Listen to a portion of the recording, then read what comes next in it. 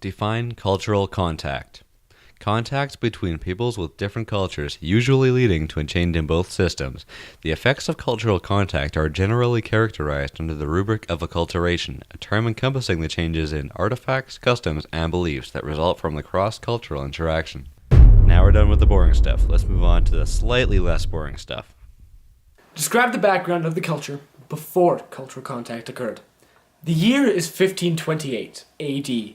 The Inca Empire is the largest empire on the planet. However, due to a civil war to claim the Inca throne, which kind of reminds me of the movie Captain America Civil War, that, my friend, is called a text-to-text reference. As well as that, a handful of Euro diseases helped the Incas become vulnerable. Very, very vulnerable. This would eventually lead to the fall of the Inca Empire. But to understand this, we have to look at the background before the Civil War. The Incas had named their empire Tuantinsuyu, but you may know it by its household name, Tuantinsuyu. Can we cut that? Tahuantinsuyu. This means land of the four quarters, or the four parts together. Now, Cusco, the capital, was considered the navel, or middle of the earth. From Cusco, many vast highways and sacred sighting lines spanned out to the four quarters of the Inca Empire. Chinchaysuyu, which was considered the northern area of the Inca Empire, Antisuyu, which was the eastern area, Calasuyu, which was the southern area, and Kuntisuyu, which was the western area. In total, over 10 million subjects, who varied from 30 plus different languages, lived in the Inca-controlled territory. Now, the Incas thought that they had the right to rule over those that they had conquered. In their belief, they were brought into existence at Tiwanaku by the sun god named Inti, fairly easy to remember. They thought of themselves as a chosen few, even going as far as calling themselves the children of the sun. Due to this, everybody who spoke the Inca language, Quechua, was given special privileges, noble status, and they had the political, economic, religious, and administrative jobs. When the empire's greatest challenge arrived, it was still very young, because Cusco had become significant in the world between the years 1000 AD and 1400 AD. So that was only 400 years. Yes, when you think about it, 400 years is a long time. But when you really think about it, 400 years is not that long for an empire this big. Detail the effect that cultural contact had on the people and its culture. Now, there's two people I'd like you to meet. Francisco Pizarro and Diego de Almagro. These two were Spanish.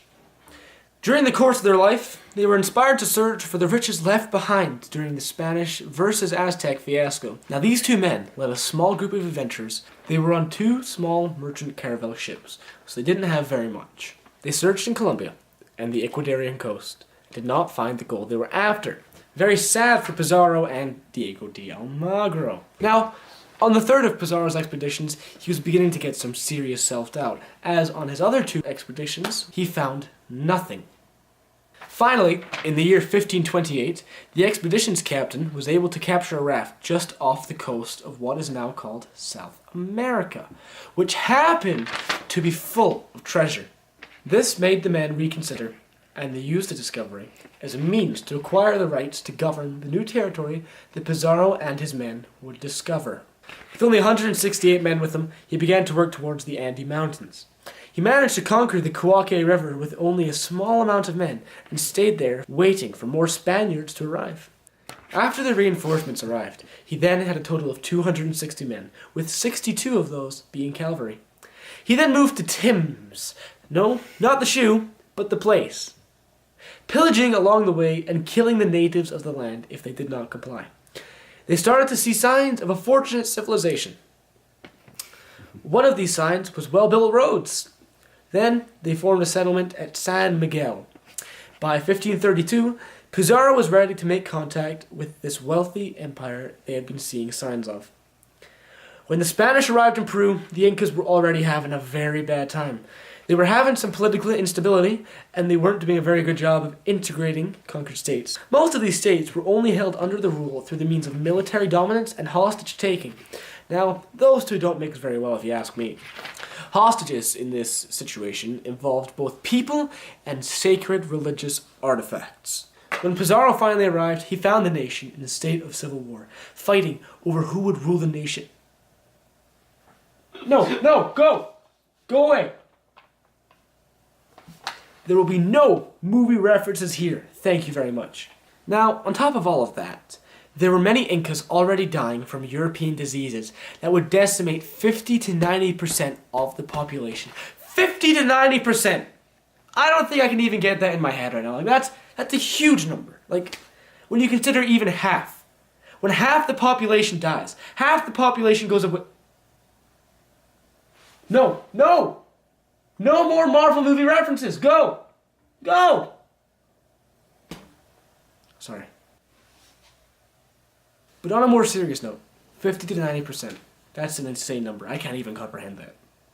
Most of them died before they even started fighting Pizarro. Then, the Spanish proceeded to meet Atahualpa, the then current emperor of the Inca Empire. They had a formal meeting. Now you may be wondering, why the air quotations? What they did is they shared drinks and they watched some horse racing, horse dancing, various horse things. It wasn't very formal in my opinion. But it wasn't all fun and games. Afterwards, they both went their separate ways back to where they were staying, and they both tried to make up a plan to kill the other person. Now, Pizarro really wanted the gold. And when I say he really wanted, I mean he really wanted it. So, when they met again, Atahualpa was captured by the Spanish. How did this happen, you may ask? There was a massive fight. 7,000 Incas versus a hefty amount of Spanish. Now, think of it this way. Let's say, for example, 200 Spanish are left because some died due to natural causes.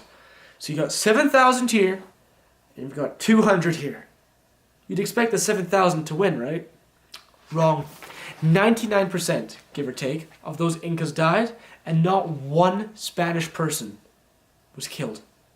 Can you believe that? 7,000 versus 200, and it ended as 5 to 200. The 200 didn't even move. Atahualpa was captured during that battle because he was hit on the head with a rock. He was not killed, just knocked unconscious. Atahualpa was then captured and put up for a ransom. Now, Atahualpa's safe return was promised only if the Spaniards received a sizable room measuring around 7 by 7 feet, was filled to the brim with various gold, treasure, silver, you name it. They wanted it. The room was filled with treasures once, and then it was filled with silver twice over. Today, the value of this room reached well over $65 million Canadian. $65 million! Can you believe that? Before Pizarro got this room, Atahualpa was still controlling his empire from within captivity. But afterwards, after the room was filled, Atahualpa was murdered by Pizarro in his captivity. The date of this was the 26th of July, 1553. Some of Pizarro's men made the right choice and said, hey, that's kind of a bad idea, you shouldn't have done that. On top of that, the Spanish king was quite displeased at the way Pizarro treated a foreign leader. Although Pizarro's men thought it was a bad idea to kill the emperor, the Incas were quite hopeful. Some of the Incas had thought that Atahualpa's head would grow a new body in its decapitated state, and then restore order to the civilization. This did not happen. Now the Spanish continued to take over Inca settlements and cities and eventually won them over. When I say won them over, I mean won all of them over.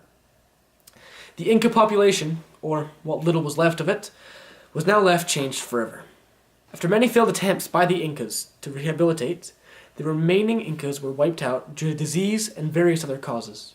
Now, describing life after this cross-cultural contact is next to impossible, as, quite frankly, it didn't exist.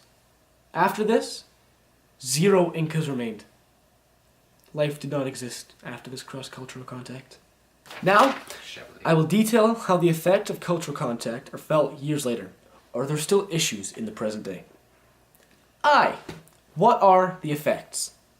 Today, as stated before, there are no Incas left. Nobody left who could be described as an Incan exists.